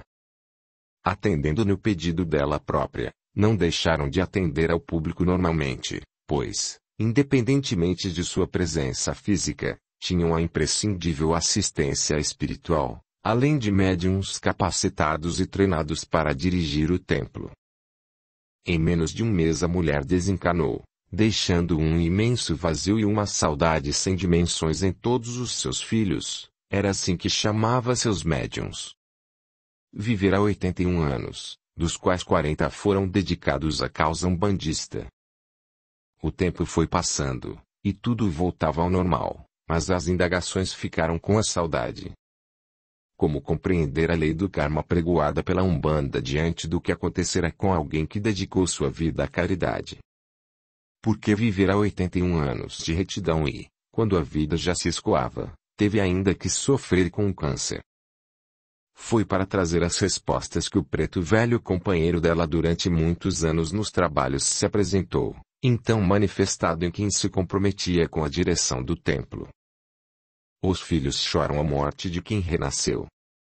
Vó Sabá, ao largar aquele corpo carnal, liberou-se de um pesado fardo, mas não de suas tarefas. O mundo carnal, meus filhos, não é início nem fim, apenas um meio. A visão limitada pelo corpo material cega aos filhos aquilo que escreveram nas páginas do ontem. Quando os corpos físicos descem à terra para se dissolver, depois de um período de dor e doença, já drenaram do corpo espiritual, onde reside a vida, o que precisava para limpá-lo. O câncer, doença corrosiva, nada mais é do que uma oportunidade rápida de expurgo de tudo aquilo que é danoso e prejudicial ao nosso espírito. Se Vó Sabá, mesmo tendo sido pessoa de bem nessa vida, precisou ainda expurgar no finalzinho de sua encarnação com uma doença grave, foi porque trouxe na bagagem resíduos dessa energia. Aos olhos do Pai e do próprio Espírito, quando lúcido de sua evolução, esta é uma abençoada oportunidade de limpeza. E assim foi. No lugar do tumor que sua garganta física apresentava, hoje reluz no corpo astral uma mandala colorida, sinalizando a limpeza efetuada pela doença em seu centro de força. No passado, o mesmo espírito usou tão mal e com tamanho poder a palavra que marcou suas cordas vocais com o câncer para essa vivência terrena. Na verdade, a escolha foi sua antes de renascer, pois, como espírito sabedor de seus débitos pretéritos, precisava aliviar a consciência. Embora recebendo a mediunidade para ressarcir esses pretéritos, sabia também da dificuldade que nos incute a matéria, tantas vezes obstruindo nosso discernimento entre o amor e a dor. Em sua programação kármica, deveria praticar a caridade desde a juventude, e, por ter despertado somente aos 40 anos de idade, ao andar o tempo carnal, restava pouco, mas ainda tinha o que drenar. Na possibilidade de não concretizar o projeto mediúnico representando o amor, a segunda opção, a dor teria batido à sua porta mais cedo, maior e por mais tempo. Cada palavra de conforto prestada pela Vó Sabá, aqui dentro do templo ou fora dele, transmutava uma daquelas mal usadas anteriormente, e assim foi se esgotando o débito. Por isso, meus filhos, não desdenhem ainda a oportunidade de praticar a caridade, recebida pelas portas da mediunidade. Cada hora trabalhada no bem é moeda valiosa no banco da vida. Por outro lado, cuidado com a forma como utilizam a ferramenta. O mal não tem justificativas para ser praticado. Do outro lado, o espírito da Bá sorria assistindo à emoção de seus filhos queridos, diante da explanação do preto velho. Sabia que aquelas lágrimas eram de saudade, elas representavam o amor que os unira naquela vida. Acostumada ao serviço, aguardava ansiosa sua total recomposição energética e a ordem de seus superiores para que pudesse voltar a trabalhar em algum templo. Talvez agora como uma das entidades anônimas em qualquer das lides da Umbanda, mas teria que ser dentro dela. Adeus Umbanda. Adeus lindo Congá. Eu vou embora. Mas torno a voltar. Causo 7. O pote de ouro. Minha mãe, estou desesperado. Minha vida virou um inferno. Nada mais dá certo, e estou pensando em me matar, falava trêmulo e choroso aquele homem de meia idade sentado aos pés de vó Cambina. Fumegando seu pito e soprando baforadas ao redor do homem, a preta velha tentava limpar um pouco da imensidão de larvas astrais que se acumulavam em sua aura. Formas monstruosas de pensamento bailavam sobre a cabeça dele, demonstrando o desarranjo mental em que se encontrava. Eram polarizadas de tal forma com seu negativismo que já haviam se transformado em entidades artificiais, isso sem contar a chusma de quiumbas sofredores que se arrastavam ao seu redor, sugando-lhe as energias condizentes. Nota: quiumbas são chamados os espíritos desencarnados. Vó Cambina, feiticeira de outrora, sabia como lidar com entidades como aquelas, mas, ensinada pela vida, também tinha a certeza de que não bastava despolarizar e retirar aquele manancial energético negativo.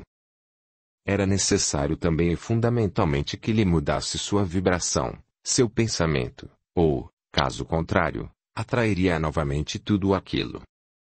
Enquanto ouvia, entrou em contato com o eixo de sua serventia e, movimentando-o, assim como outras entidades trabalhadoras do local, incumbindo-os de limpar o campo energético. Para auxiliá-los, pediu ao Cambono que se encaminhasse à sala da Fundanga, para que a explosão proporcionada pela pólvora pudesse apressar o processo de limpeza daquilo tudo que já estava enrustido ao seu redor. Ressentido pela mudança que se processava além do físico, aquele homem iniciou um processo de tosse intensa que o impediu de falar por alguns minutos. Isso era providencial, pois os socorristas pressionavam seus pulmões com o objetivo de expelir deles toda a carga densa acumulada pela energia da raiva que ali armazenava. No astral, a visão era nojenta, pois a cada tossida ele expelia uma espécie de gosma enegrecida que envolvia um emaranhado de fibras avermelhadas. Estava tão acostumado àquela energia, que se sentia enfraquecido. Vó Cambina, sabedora de que, quando o corpo desfalece, o espírito fortalece, aproveitou então para falar com ele. Seu modo de dialogar era peculiar, e sua maneira calma e elegante era, ao mesmo tempo, direta e franca. Não passo mel na língua, insistia em repetir. Zífio tá precisado mesmo de criar juízo nessa camutinga. Falou e não convenceu nega véia. Diante do olhar arregalado do homem, Vó Cambina continuou. Se vem pedir ajuda, Zífio, nós que estamos aqui para prestar a caridade em nome do Cristo Jesus vamos fazer de tudo para auxiliar o filho. Mas, ao mesmo tempo, é preciso que ouça aquilo que seu coração está querendo lhe dizer e para o que o filho finge estar surdo. Contou para a preta velha que perdeu tudo o que possuía de material, e junto foram a mulher, os amigos. Só faltou morrer o cachorro. Pois é. E daí, Zífio, que passou a vida inteira só correndo atrás do pote de ouro e que, quando o encontrou, sentiu seu suprassumo, envaidecido e orgulhoso, pisando na cabeça de todo mundo, achou que ele nunca esvaziaria. Enquanto restavam moedas, existia motivação para viver, mas, quando o pote de ouro esvaziou, esmoreceu. Por que será, Zífio? O homem, ainda trêmulo, escutava atento, mas a pergunta o pegou desprevenido.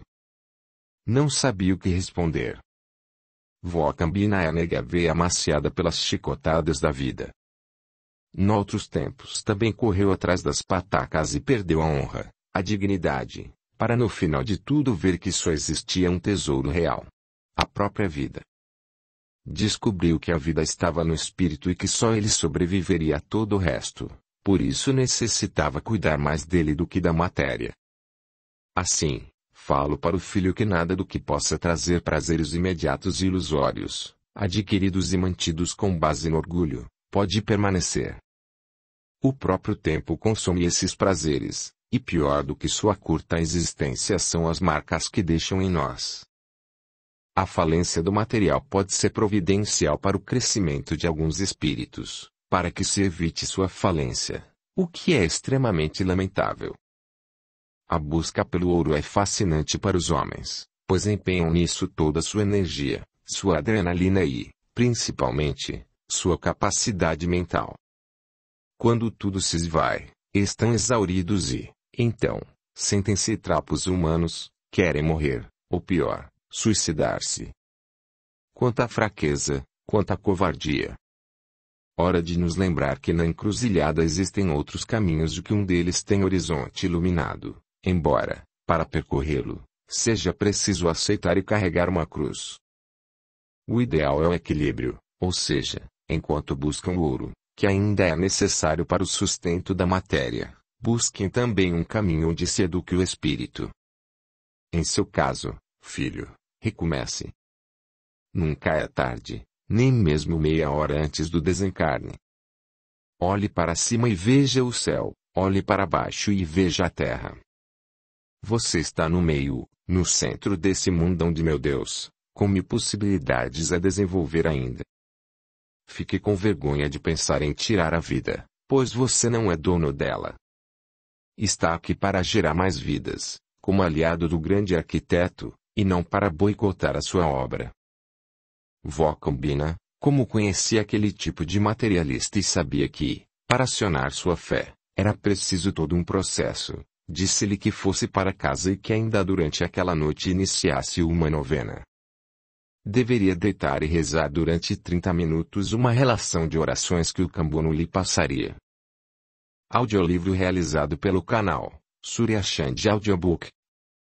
No final da sessão, enquanto recolhia o material usado por Vó Cambina, o Cambono, curioso, perguntou por que ela dera tanta oração e tanto tempo de reza para aquele homem, sabendo que as orações repetidas e decoradas de pouco adiantavam como ligação com o pai.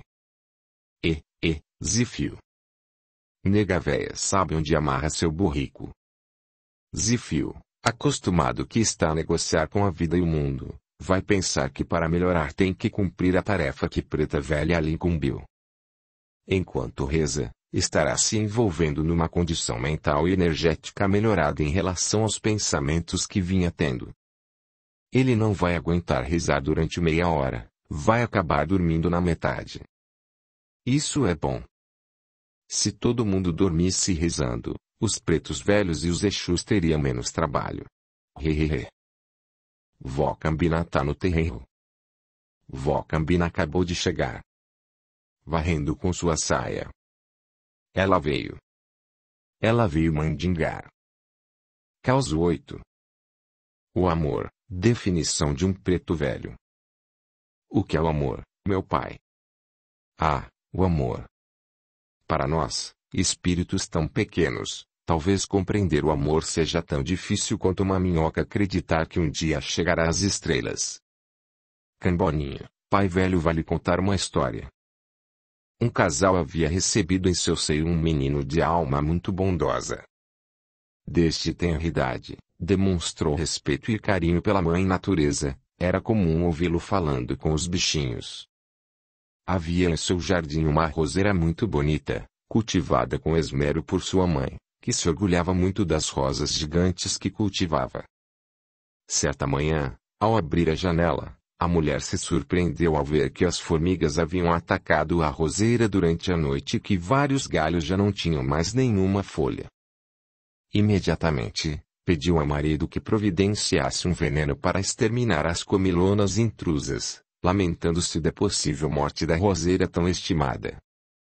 Ao ouvir isso, o menino correu até o jardim, sentou-se no chão e começou a falar com suas amigas formigas, explicando-lhes que deveriam se retirar imediatamente da roseira, pois, do contrário, seriam mortas.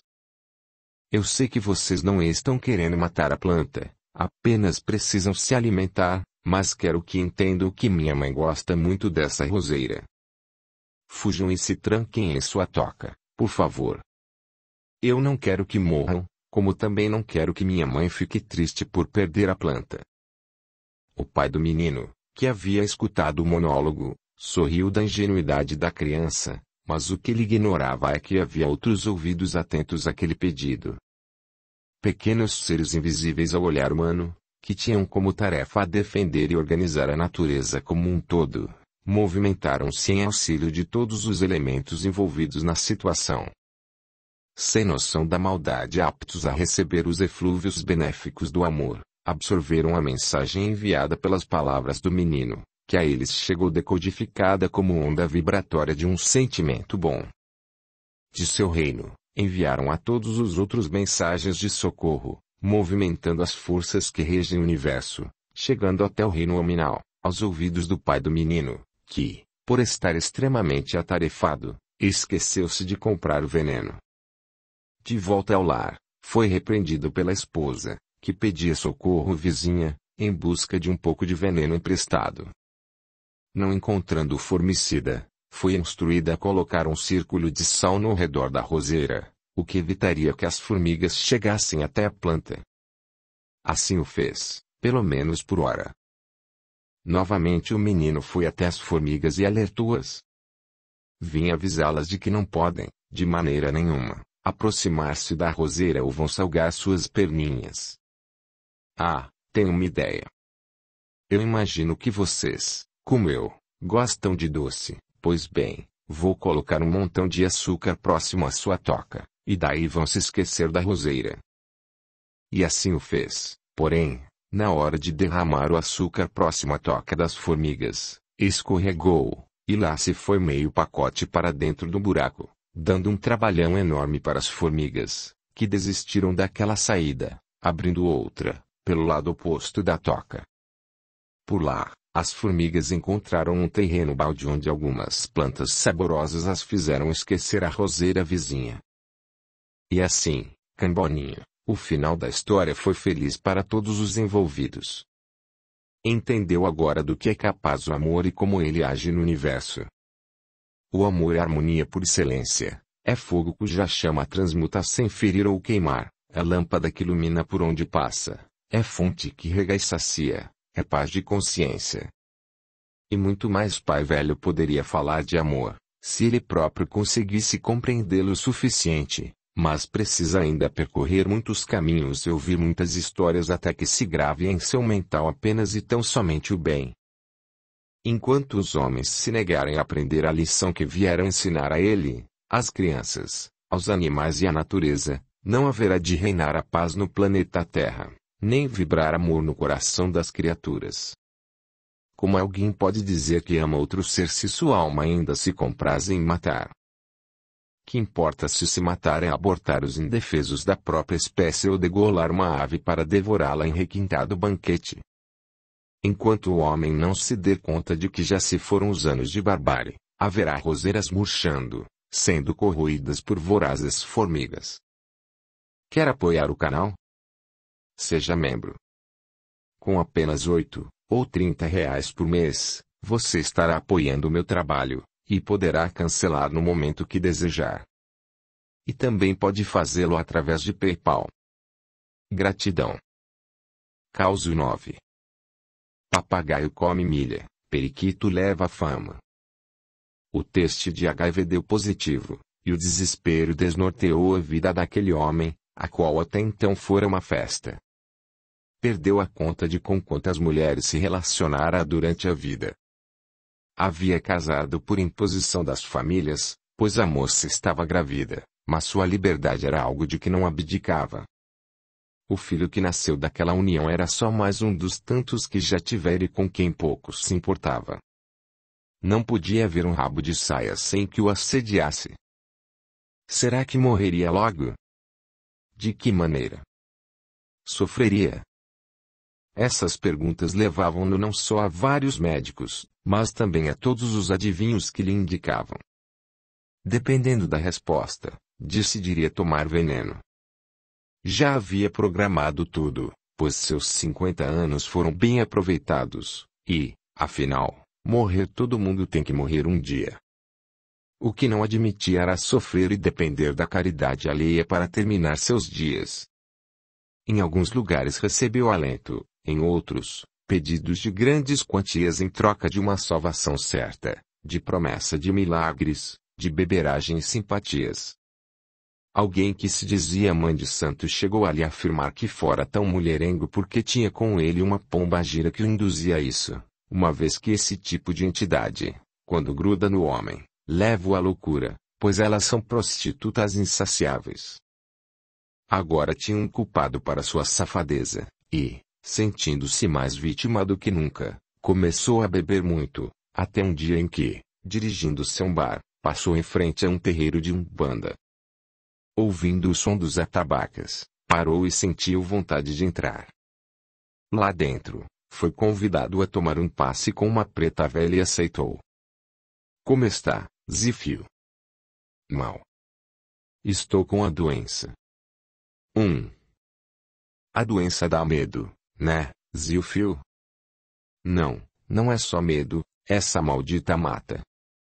Ah, é por culpa de uma pombagira que grudou em mim e me levou a uma vida desregrada. Quem falou isso pra Zifio? Uma mulher que incorpora que trabalha na Umbanda. A preta velha, que do plano astral sabia de toda a história com antecipação, continuou. Nega véia vai ter que explicar algumas coisas.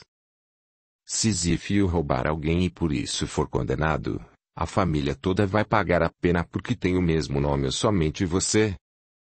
É claro que, se eu roubei, só eu é que tenho que pagar por isso. Muitos filhos da terra se dizem umbandistas, falam e fazem coisas em nome da Umbanda, trocam mentiras por moedas e, ignorando que a Umbanda é serviço de caridade, buscam nela o que deveriam fazer suando o corpo no trabalho. Papagaio come milho, periquito leva fama. Pombagira, meu filho, não pratique o mal, e, se existir alguma entidade grudada em você, asseguro-lhe de que não tem esse nome. Pombagira não é prostituta que induz nem homens nem mulheres a se desregrar.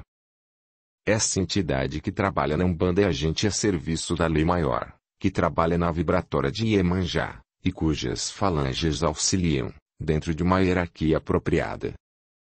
O que o filho fez foi dar vazão aos seus desejos animalizados, os quais foram alimentados pelos iguais que se aliaram às suas energias. O sexo, filho, faz parte dos seres para sua evolução, para que procriem, além de ser uma forma de elevação e de complementação do amor. Quando um indivíduo desperdiça sua energia sexual em desregramentos, ele dissipa esse potencial que deveria servir como energizador dos próprios centros de forças existentes em seu corpo espiritual, causando o enfraquecimento do sistema imunológico e a aceleração do envelhecimento no corpo físico.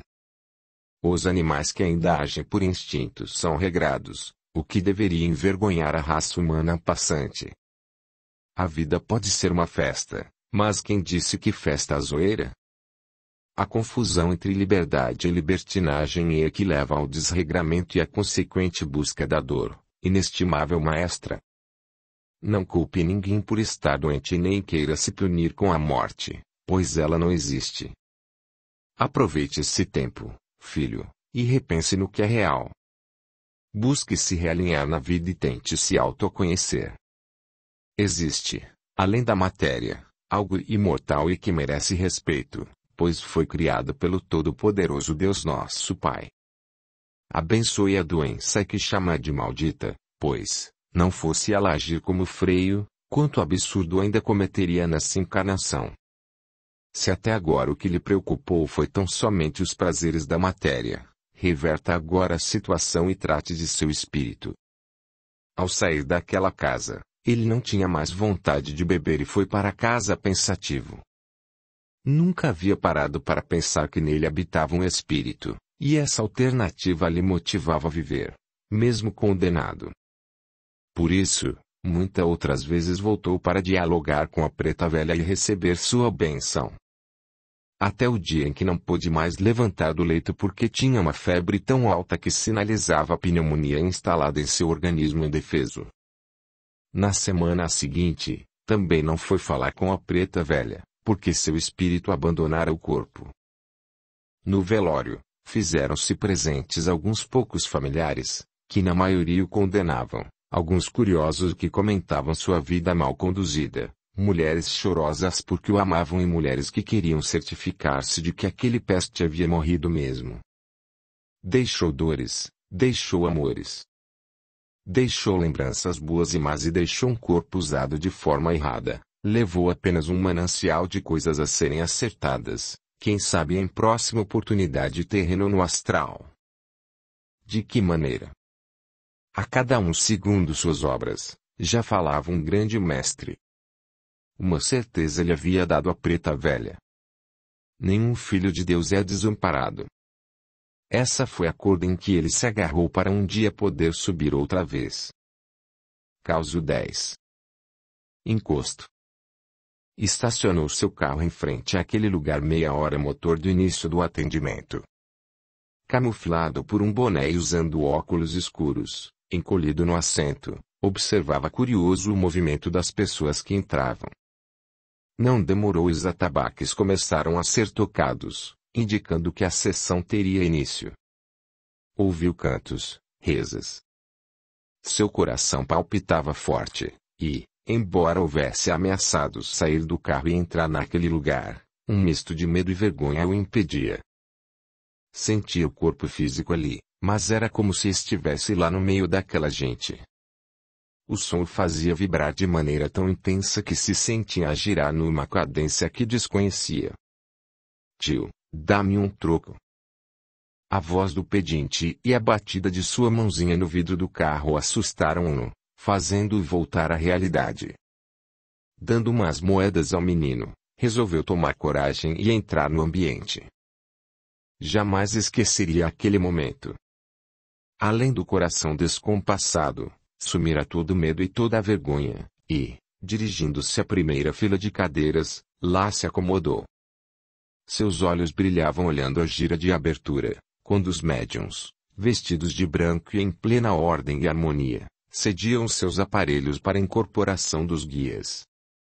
Ele nunca havia presenciado nada igual, pois, mesmo ignorando, tinha evidência e, então, o que enxergava ali não era só concernente ao mundo físico.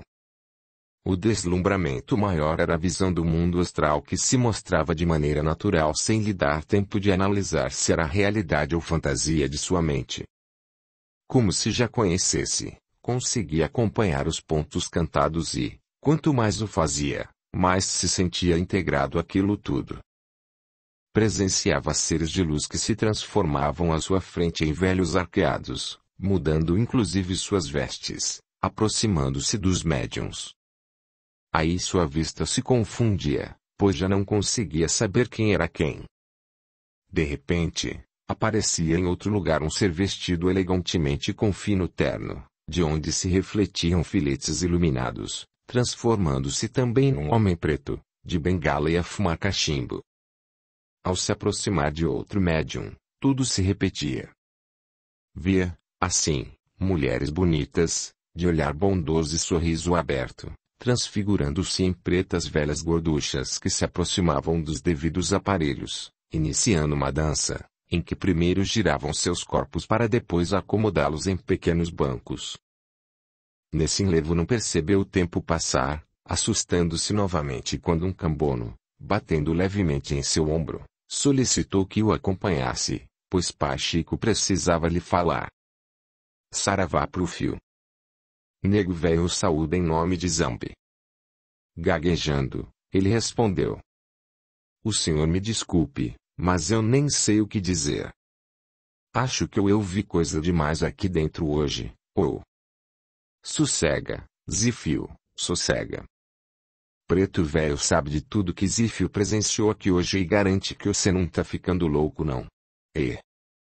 Mas o senhor mesmo chegou aqui que parecia um doutor e agora? Agora pareço um preto, escravo em vez de humilde. Pois é, Zifio, assim como estou é como gostaria que minha alma estivesse.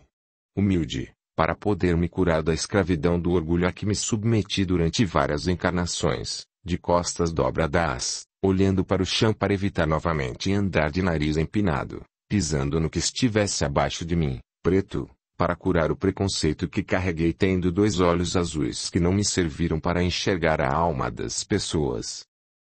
E você, Zifio, o que veio buscar aqui? Ah, pois é. Um amigo me indicou esse lugar, quer dizer, essa casa, pois falou que eu devo estar com algum encosto. Às vezes fico fora do ar. Falam comigo e eu não escuto, e nesses momentos é como se estivesse viajado no tempo.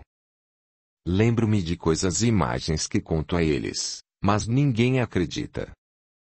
Algumas vezes, quando isso acontece, tem um homem vestido de branco, cujo rosto nunca vi, que me convida a ir e me leva a um hospital. Lá nós atendemos algumas pessoas estropiadas, como se fôssemos médicos.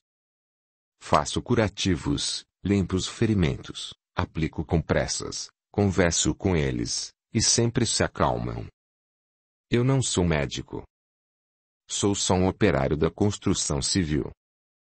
Ao retornar à realidade, sinto-me bem, mas já estou me convencendo de que, se não for encosto que tenho, devo procurar um psiquiatra. E Pachico também nunca foi escravo. Quando o grande Zambi precisa de nós, seus filhos, ele não pede nossa ficha cadastral, nem nosso currículo profissional. Ele olha nosso coração, nossa ficha kármica, onde estão anotados todos os nossos bons feitos ao longo da vida, que não se restringe a essa existência. O que o filho precisa saber é que não tem encosto nenhum, nem está ficando louco. Apenas cumpre a tarefa com que se comprometeu antes de reencarnar.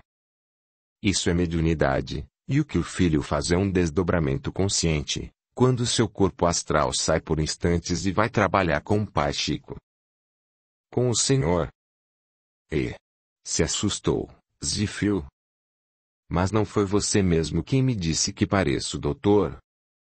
A veste terrena nada mais é que um uniforme que usamos para desempenhar uma função por algum tempo. Fora do corpo físico, a vida continua de maneira mais intensa e mais movimentada ainda. Muitos sofredores anseiam por auxílio, e nós, espíritos fora da carne, precisamos de espíritos encarnados para nos fornecer energia animalizada e efetuar curas e desobsessões, além de outros feitos.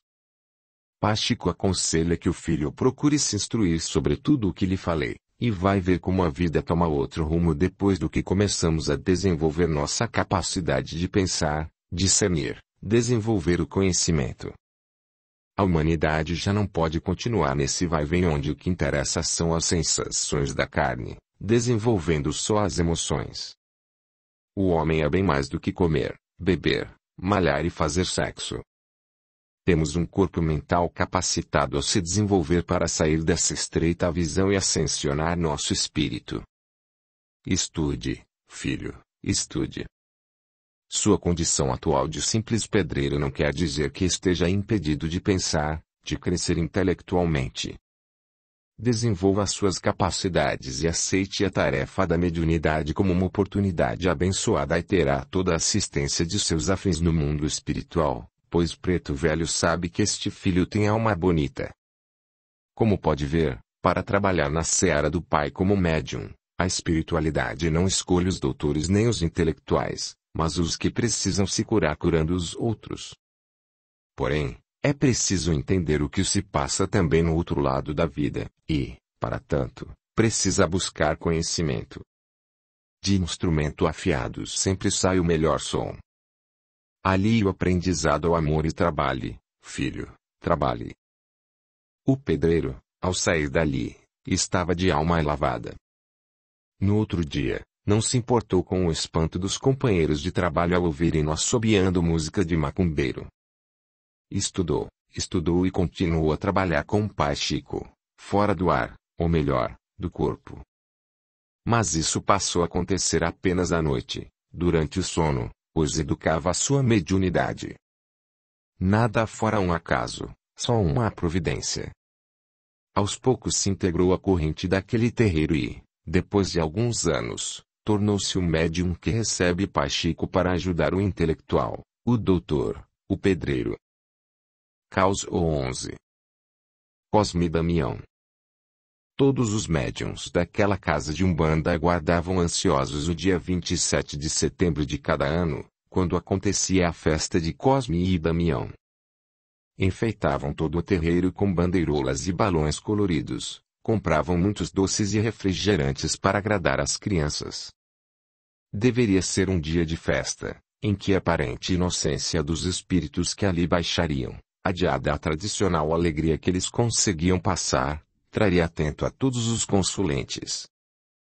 Após a abertura da sessão, com cantos alegres, iniciaram-se as incorporações. Alguns médiuns, mesmo agindo como crianças, demonstravam o equilíbrio e a firmeza de sua mediunidade, sem fazer nenhum estardalhaço. Para outros, no entanto, era hora de extrapolar, colocando para fora a criança mal resolvida que guardavam dentro de si. Um deles, o médium mais antigo da casa, em verdadeira algazarra, corria pelo chão qual criança engatinhando e literalmente agredindo alguns médiuns incorporados. Puxava o cabelo de um, beliscava outro, até que chegou ao alvo, ou seja, chegou até um médium com quem desejava acertar contas, por causa de sua vaidade. Como energias iguais se afinizam e as contrárias se repelem, ele não encontrou resposta às suas agressões, mesmo tendo lançado mão de brincadeiras de mau gosto. No lado espiritual, o protetor da linha de Ori, que deveria ter trabalhado com aquele médium e que por falta de afinidade vibratória não o fez, buscava auxílio com um dos Exus que realizava a guarnição da casa, para que se pudesse acomodar o indisciplinado trabalhador. Se não queria ajudar, pelo menos não interferisse na tarefa dos outros. Imediatamente foi dada pelo guia-chefe a ordem para que se efetuasse algo priorizando o atendimento, que visava a caridade e que não poderia ser prejudicado pela má conduta de apenas um membro da corrente. Na tentativa de bagunçar ou chamar atenção, o suposto Cosminho acabou escorregando, o que resultou numa torção em seu braço. Imediatamente terminou a brincadeira, e ele desincorporou. Ao final do atendimento, após as crianças desligarem-se dos aparelhos mediúnicos, manifestou-se, como de costume, uma preta velha para aconselhamento da corrente análise do trabalho da noite. Dessa vez, a escolhida pelo guia-chefe foi uma das médiuns mais jovens da casa, um tanto inexperiente, mas séria e estudiosa. Saravá. Que nosso Senhor Jesus Cristo abençoe a todos. Preta velha, que ficou sentadinha em seu toco, observava atenta e muito contente o trabalho dos filhos com as entidades, no préstimo da caridade. Como Preta velha pertencia ao mundo dos mortos, enxergava os dois lados, e, para quem está no plano astral, é fácil identificar com que sentimentos médiuns se entregam ao trabalho. Para que entendam como isso se dá, saibam que todos os nossos sentimentos possuem cor e som. Não é porque a sessão era das crianças que as outras entidades atuantes na casa não estavam a postos, coordenando tudo. Entre as entidades espirituais que escolheram trabalhar na Umbanda, existia uma sincronia de vibrações, e todos se comportavam como participantes de uma orquestra. Da mesma forma se esperava que funcionasse o lado material, em que os médiuns da corrente formavam um conjunto, e qualquer instrumento que desafinasse prejudicava de alguma forma o concerto. A energia condizente a esses espíritos que se apresentavam na forma de crianças tinha grande poder de ação. Eram conselheiros e curadores, trabalhando com a magia dos elementos. Por se apresentarem alegres e brincalhões, não se pode dizer que não podiam ser levados a sério. Pelo contrário, atuavam dando consultas e, como as crianças, que são sinceras, não omitam aquilo que as pessoas traziam escondido na alma. Só a forma de apresentação era de criança. Atuando no centro de força laríngeo, afinavam e suavizavam a voz do médium, dando a ela conotação infantil. Todo o resto que se fazia em nome dessas entidades ficava por conta do medianeiro e de sua criatividade. Por isso, meus filhos, Preta velha pede humildemente a todos que procurem trabalhar a criança existente em cada um de vós, fazendo como ela faz, ou seja, não armazene mágoas na alma. Criança, ao se zangar, choraminga na hora, mas em pouco tempo está sorrindo novamente, esquecendo-se de tudo. Criança não faz inimizades porque não aprendeu ainda a sentir raiva e faz tudo com alegria, diante do grande Pai. Somos todos crianças, por isso precisamos aprender a ter coração de criança também. E, tendo o pate que temos, de maneira nenhuma podemos ser malcriados, não é mesmo? E assim despediu-se, deixando todos pensativos. Ao dirigente da casa coube se impor mais, cortando as arestas dos médiuns, sem se importar com o tempo que ali estavam, pois existem crianças que demoram mais para crescer. Era preciso educar, mesmo que fosse como fez o Exu, puxando a orelha ou o tapete quando necessário. O médium indisciplinado, enquanto curava o braço e se lembrava do motivo da dor, talvez pudesse repensar sobre seus sentimentos e tentar fazer renascer a pureza da criança adormecida que todos guardamos em algum lugar.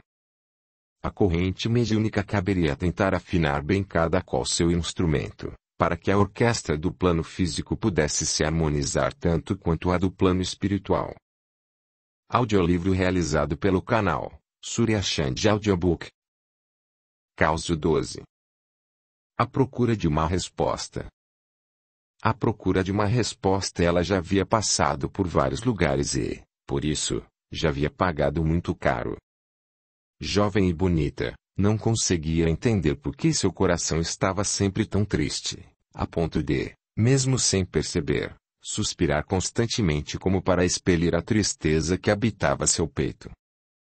Invejava as amigas que conseguiam se apaixonar facilmente, namorar e viver as coisas normais da idade.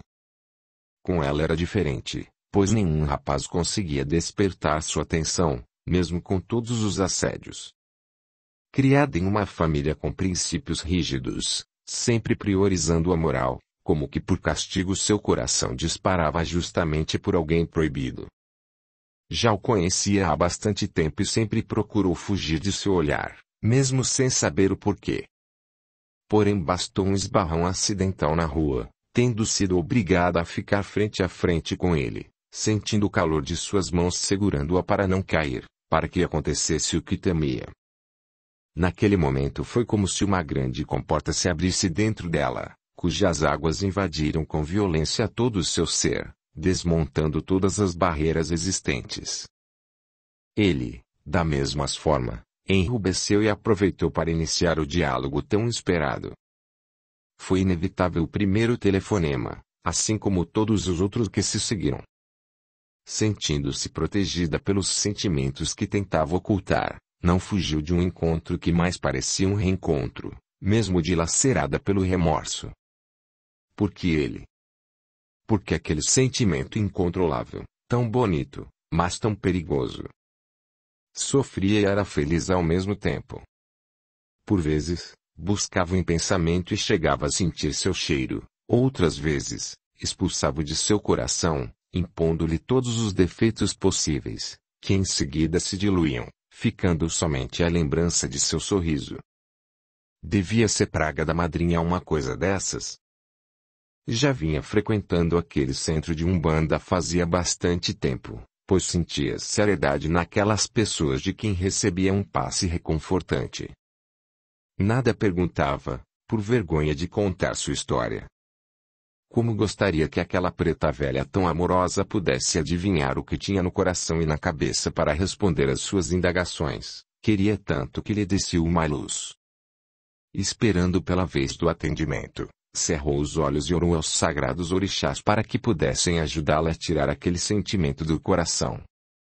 Quando se ajoelhou em frente à preta velha, entregando suas mãos entre as dela, sentiu que o coração disparava, e a vontade de chorar ficou mais forte. Isso, Zifia, faz o chorado, limpa o batedor. Lá no Cruzeiro das Almas. Eu vi Preto Velho rezar, mas era ele, Preto Velho de Umbanda, veio de longe para rezar seu patuá. Enquanto a preta velha cantava e a benzia com seu galho de arruda, ela deixou que a catarse explodisse aliviando seu peito angustiado. Zifia tá agoniada demais. Estou desesperada, minha mãe. Onde estão as respostas que procuro? Nega véia vai contar uma história. Zifia, presta atenção. Num país distante daqui existia uma linda moça, de beleza estonteante, cujos olhos verdes enfeitavam ainda mais seu rosto moreno e delicado. Os longos cabelos negros lhe caíam além dos ombros, destacando sua figura frágil e delicada. Era a moça mais requisitada naquele cabaré, mas também a mais protegida pela cafetina, que a usava como um isca para atrair fregueses, que, logo depois, eram encaminhando-os às outras mulheres. Muitos deles enlouqueciam, apaixonando-se ardentemente. Viajantes que por ali passavam logo voltavam, tentando levar consigo aquela pérola, oferecendo grandes quantias, todas rejeitadas. Aquela moça parecia isenta de sentimentos. Como não tinha mais família, ali se acomodou, divertindo-se com os constantes assédios. Até o dia em que, durante uma dança, seu olhar buscou a porta da casa como se tivesse sido chamada. Lá estava aquele homem muito elegante, de olhos e cabelos amendoados, cujo olhar penetrou direto em seu coração, fazendo-a estremecer. Naquele mesmo dia, enlouquecidos um pelo outro como se já esperassem por aquilo, fugiram daquele lugar. Não era apenas o encanto de uma paixão. Seus corações já se conheciam e se buscavam. Mesmo escondido, viveram dias de encanto e felicidade, esquecendo-se do mundo, pois descobriram que se bastavam. Tudo transcorria tranquilamente até que um acidente com uma carroça no despenhadeiro tirou a vida da moça. Enlouquecido, ele a chamava dia e noite, não aceitando que a morte tivesse levado a vida que há pouco encontrara naquele amor tão bonito.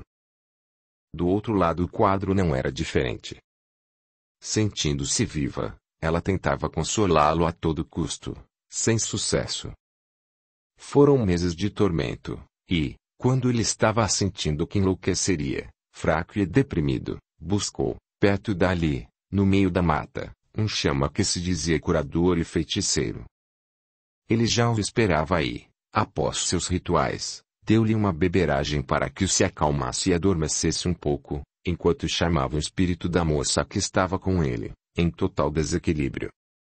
Fazendo-a perceber seu real estado fora da matéria, mostrou-lhe a luz, entregando seu espírito aos amigos protetores.